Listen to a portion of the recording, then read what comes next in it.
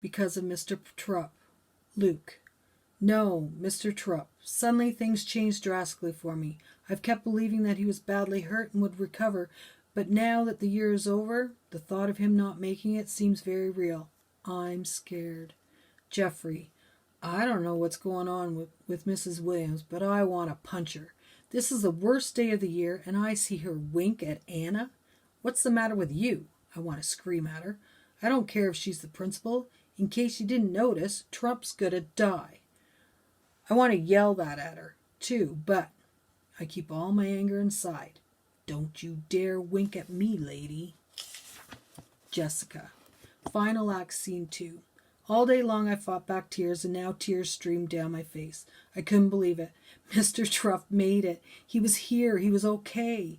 We rushed out of our seats, our bodies pressed together in a giant class hug. I missed you, he said. We missed you too, we shouted. I love you guys, he said, bending down to our level. He looked at each one of us and hugged us one by one. He hugged me. I love you, Mr. Terupt, I said. The words danced out of my mouth. I love you too, Jessica. We hugged some more, and then Mr. Terupt spotted Peter. Peter hadn't been part of the hug. He was still sitting in his seat, probably too scared to move, too frightened to think what Mr. Terupt might do or say to him. Mr. Terupt stood up and walked over to Peter. We watched, and he taught us, like he did every day we were with him. He showed us how to forgive. Luke. Mrs. Williams spoke up. Boys and girls, I do have one announcement before I leave with your teacher. She smiled. The school board has decided that next year will be an experimental year. We're going to try looping in one classroom. What's that? Anna asked. Looping is when a class and teacher move on to the next grade together, Mrs. Williams said. It got quiet fast. Real quiet. Hold your breath quiet. Was everybody wondering the same thing? I looked around. Jessica smiled and nodded at me. Boys and girls, next year your class will be looping, Mrs. Williams said. With Mr. Terupt? Anna asked. Yes, Mr. Terupt answered. We jumped and screamed and hooted and hollered. I saw Mrs. Williams heading toward the door. I ran over to her. Mrs. Williams, I said as she was about to leave. She turned around. Yes, Luke? Thank you, I said. Then I felt a sudden quietness behind me. The rest of my class stopped and took notice of Mrs. Williams. Thank you, Miss Williams, voices called. She looked at Mr. Terupt. I was close enough to hear her say, There's magic in this room with you here, Mr. Terupt. Magic. She hugged him and left. Teach, Alexia. Teach made it. He showed up on the last day with no warning. It was the biggest surprise ever. Everyone ran over and hugged him. Then Teach went over and hugged Peter. I liked Teach so much when he did that. It made me think of the day he took me out in the hall. Teach knew how to be nice. He didn't say one thing and do another. Not Teach. After things calmed down, I went up to him. I've been being nice, Teach, I said. You'd be proud. You've always been nice, Lex, he said. You've just figured out how to show it. But you're right. I'm very proud of you. I can't wait till next year, I said. I can't wait either. I missed you. Then I hugged Teach again. I love you, Teach, I said. I love you too. So now it's wait till next year, and I can't. Jeffrey. Sometimes school can actually be great, and next year's going to be just that because Terupt's back. I didn't think he was going to make it. I thought he was going to die like Michael did. I tried to help Michael, and it didn't work. I don't know if I helped Terupt at all, but he made it. I ran and got help when he fell down in the snow. I ran inside and got the nurse and made them call 911 and got Mrs. Williams. I did that. Was that enough? I watched Terupt hug Peter. He didn't blame anyone. Jessica told me that it wasn't my fault that Michael died. Maybe you just do the best you can because you can't control what happens in the end. I guess it's okay to hope for things sometimes. It works out. Slowly, I'm getting my mom and dad back. There isn't silence between us anymore, though they still don't talk to each other very much. Mom is out of her pajamas, but never out of the house. That's okay for now. She's starting to try to get better, like me and Dad. I hope things get better between them. I miss my brother, but I'm real glad we got Terupt back, and I think I've found some reason for all of this. I never would have been the one to break the silence between me and Mom and me and Dad if it weren't for Terupt's accident. I wanted so bad to tell him how much I loved him, and I didn't know if I was going to get the chance when he was in that coma. And that was when I knew. I didn't want to miss the chance with my parents, so I broke the silence. I'm glad too. I'm happy. Anna. The last day turned out to be a great day. Mr. Terupt made it. I've never felt so happy. My throat, my heart, my belly, they all burned with happiness and probably relief too. And then we found out about this looping thing, and I felt the good hurt inside all over again. Bus 9 is now loading. The call came over the speakers. See you soon, Mr. Terupt, I said. I ran over and gave him another quick hug. Have a good summer. You too, Anna, he said. And Mr. Terupt? I looked up at him and he looked down at me.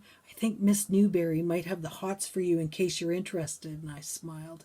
He smiled back. Matchmaker Anna. Thanks for the tip. Bus 9. Last call for Bus 9, the loudspeaker announced. I hurried out of room 202 with my head held high. I never made it to Bus 9, though. I got downstairs to the lobby and ran into Mom and Charlie. Hey, kiddo, Charlie said. Hi, guys, I said. Are you here to pick up Danielle, too? She's still upstairs. I barely got out those words out of my mouth before I saw the answer to my question. Danielle's mother walked into the lobby. She spotted us right away. Hi, Mrs. Roberts, I said, finding no small amount of courage. Would you like me to go upstairs and get Danielle for you? Not needed. Danielle came through the stairwell door and entered the lobby. She took a second look at everyone. Then she and I exchanged a knowing glance, bracing ourselves for whatever came next. There would be no disappointments on this day. It was a day of happiness and celebration. Hi, Mrs. Roberts, Mum said, offering her hand to shake. I'm Terry Adams, and this is my daughter, Anna. We didn't meet properly at the hospital. We'd love to have you and Danielle come over this afternoon, maybe for a cup of coffee or tea and some hangout time for the girls. The ball lay in Mrs. Roberts' court now. I let my breath out when I saw her shake my mum's hand. Please call me Susan, she said. Danielle and I would be happy to come over. She glanced at Danielle, who nodded excitedly, but without hiding the shock on her face. Then Mrs. Roberts looked at Charlie. Mr. Terupt came into the lobby at some point during all of this and gave Danielle and me a thumbs-up sign. It was as if he knew the whole story. Did he? We waved goodbye to the best teacher in the whole wide world, Danielle. It started with an old friend, Alexia, who wasn't really a friend. In came this new girl, Jessica, whom I liked but was told not to like. Somewhere in between, I became friends with Anna. We worked with the collaborative classroom and had this huge Ramadan project, and that old friend who I'd figured out wasn't a friend at all was kind of on her own. I had Jessica and Anna. Then the accident happened. While Jeffrey ran for help, I held Mr. Terupt's head, putting my hat and coat under it so that it wasn't lying on the cold snow. I went to visit Mr. Terupt in the hospital with Jessica and Anna and found an old friend there. Alexia was Lexi again, except new and improved. James left, but he made us see Peter again. And then we played the wait and see game until today. Today, Mr. Terupt came back, and then we found out that we're looping and we'll get to be with him again next year. I can't wait to tell Grandma the news. She's the one who helped me when things got tough, and she said a lot of prayers for us. I don't think I'll tell Grandma about the end of the day news, though. I'll leave that up to Mum. I just wished Anna a great summer and watched her head out of the classroom to catch her bus when Mr. Terupt said, Danielle, I see your mother walking across the parking lot. He was looking out our window. She must be here to pick you up. Okay, thanks, I said. I grabbed my stuff. Have a great summer. I can't wait for the fall. Bye, Danielle, he said. I ran over and hugged him once more. I'm so glad you're back, I told him. I let go, looked in his face, then hurried downstairs. I got down to the lobby and saw everyone. Mom, Charlie, Anna, and Terry. Was Charlie with Mom or Terry? Oh boy, I thought. But things worked out. Mom shook Terry's hand and accepted her invitation for coffee. Mom looked at Charlie after, but didn't say anything or make any sort of face. She was going to try really hard for us. As we were leaving, Mr. Terupt gave us a thumbs-up sign. How long had he been watching? How much did he know? Dear God, it's Danielle down here, full of love. Thanks for giving me my teacher back and again for next year, and thanks for helping my mom give Terry and Anna a chance. Maybe now we can start to work on Grandma. She's going to be a lot tougher to persuade. Amen. P.S. I'm sorry I got mad at you. Peter.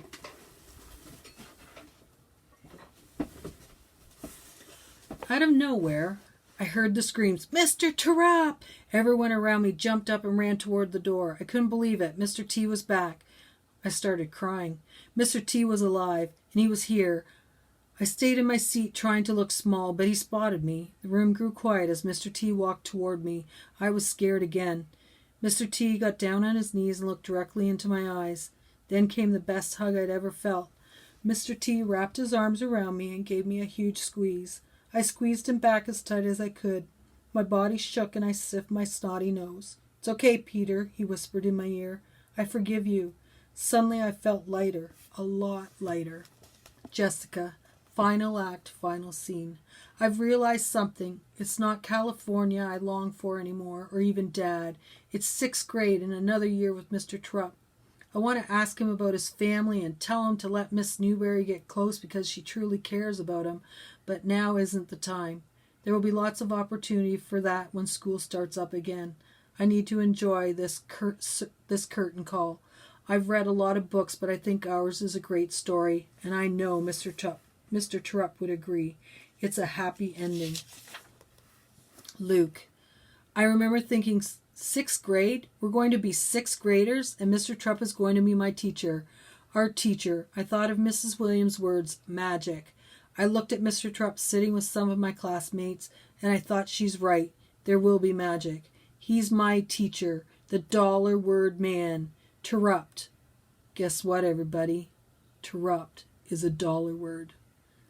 Wow, this story, I've got tears in my eyes. I hoped you enjoyed hearing finally the rest of this story. It's taken us a long time to finish, and I can't wait to start the next book. Hopefully you'll enjoy listening to me read to you and have some fun. Talk to you soon. Bye.